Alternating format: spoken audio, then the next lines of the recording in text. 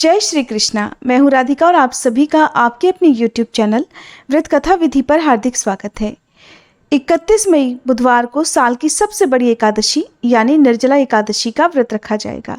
तो आज की इस वीडियो में जानेंगे निर्जला एकादशी के दिन रहने वाले शुभ मुहूर्त के बारे में, जैसे कि एकादशी और द्वादशी तिथि कब से कब तक है, व्रत कब रखना है, कैसे रखना है, किस प्रकार से खोलना है, क्या निर्जला एकादशी व्रत में जल पी सकते हैं, क्या सभी को निर्जल रहकर व्रत रखना चाहिए। साथ ही आप जानेंगे व्रत खोलने के शुभ मुहूर्त के बारे में। ज्येष्ठ मास के शुक्ल पक्ष की निर्जला एकादशी को पांडव और भीमसेनी एकादशी भी कहते हैं, क्योंकि महाभारत के समय भीमसेन ने भी इस व्रत को किया था और उन्हीं के नाम पर इस एकादशी का नाम भी पड़ गया। सबसे पहले बात करते हैं कुछ बहुत ही जरूरी प्रश्नों की, जैसे कि निर्जला एकादशी का व्रत क्या सभी को निर्जल और निराहार रहकर रखना चाहिए।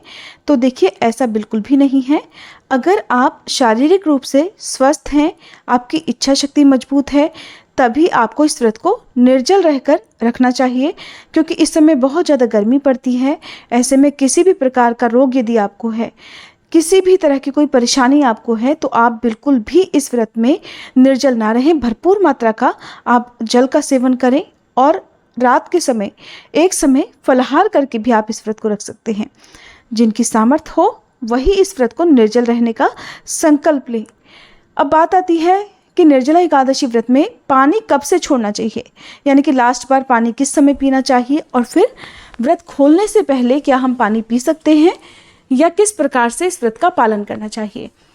तो जो एकादशी का नियम है उसके अनुसार दशमी तिथि को शाम को सूर्यास्त के बाद भोजन ग्रहण नहीं किया जाता है।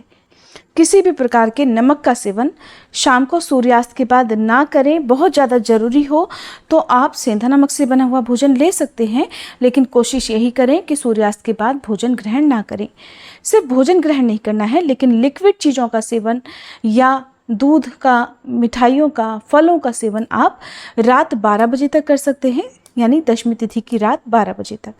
और जो एकादशी का व्रत प्रारंभ होता है वो एकादशी के सूर्योदय से लेकर द्वादशी तिथि के सूर्योदय तक रहता है। लेकिन कुछ लोग ये भी जानना चाहते हैं, क्या हम एकादशी के सूर्योदय से पहले जल पी सकते हैं या भोजन ग्रहण कर सकते हैं। तो देखिए, ऐसा नहीं करना होता है।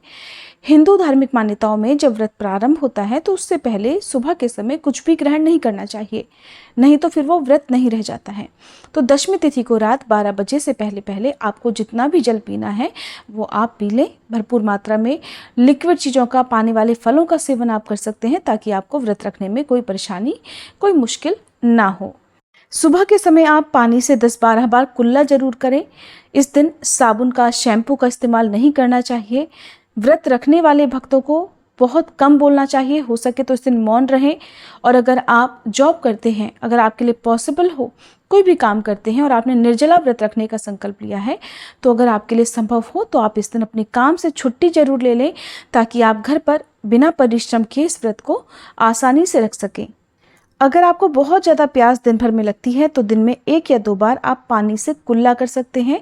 ध्यान रखें कि जिस तरह से आप कुल्ला कर रहे हैं वो पानी आपके गले से नीचे ना जाए। सुबह एकादशी की पूजा करते समय आप आचमन जरूर करें। उस आचमन में आप जल की जितनी बूंदें ग्रहण करते हैं बस उतनी ही बूंदें आपको लेनी है, यानी कि 3 बूंद जल से आपको आचमन करना है। और फिर शाम की पूजा करने के बाद यदि आपसे नहीं रहा जाता है तो 3 बार आचमन जितनी जल की बूंदें लेकर भी आप पानी का सेवन कर सकते हैं। उससे व्रत खंडित नहीं होता है। और फिर जब तक अगले दिन द्वादशी तिथि को व्रत खोला नहीं जाता है तब तक आपको जल का या फल का सेवन नहीं करना होता है। तो शुभ मुहूर्त में जब आप व्रत का पारणा करेंगे, केवल उसी समय आपको जल या फल या शुद्ध सात्विक भोजन लेना है, उससे पहले नहीं लेना है।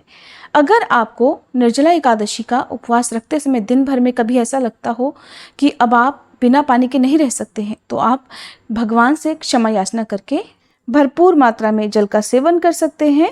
लेकिन ऐसा करने से आपका व्रत पूरी तरह से खंडित नहीं होगा, बस आपका निर्जला एकादशी का उपवास नहीं रहेगा। ऐसे में आप इस एकादशी व्रत को बाकी एकादशी की तरह रख सकते हैं। फिर आप चाहें तो शाम के समय फलाहार भी ले सकते हैं। एकादशी के दिन जितना हो सके भरपूर मात्रा में जल का दान करें, शरबत का दान कर सकते हैं।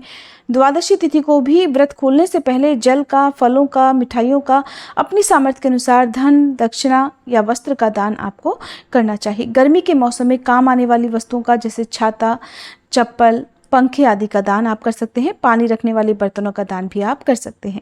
अब जानिए तिथि और शुभ मुहूर्त के बारे में। इस बार 31 मई बुधवार के दिन केवल एकमात्र इसी दिन निर्जला एकादशी का उपवास रखा जाएगा। 30 मई को तिथि लग जाएगी, लेकिन व्रत आपको केवल 31 मई बुधवार से प्रारंभ करके अगले दिन गुरुवार को ही खोलना है। एकादशी तिथि प्रारंभ होगी 30 मई मंगलवार की दोपहर 1:09 से और 31 मई बुधवार की दोपहर 1:46 पर समाप्त हो जाएगी।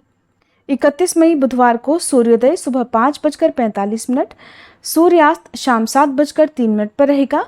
राहुकाल दोपहर 12 बजे से 1:30 बजे तक रहेगा। द्वादशी तिथि प्रारंभ होगी 31 मई बुधवार की दोपहर 1:47 से और 1 जून गुरुवार की दोपहर 1:39 पर तिथि समाप्त हो जाएगी। गुरुवार के दिन सूर्योदय सुबह 5:44, सूर्यास्त शाम 7:04 पर और ब्रह्म मुहूर्त का समय सुबह 4:08 से 4:56 तक रहेगा। अब जानिए कि आपको निर्जला एकादशी का व्रत कब और किस समय खोलना है। 1 जून गुरुवार को आप अपना व्रत खोल सकते हैं सुबह 5:45 से 9:30 के अंदर अंदर। यही व्रत खोलने का सबसे शुभ और उत्तम मुहूर्त है। उम्मीद है ये जानकारी आपको पसंद आई होगी। वीडियो अच्छी लगी हो तो लाइक करना मत भूलिएगा।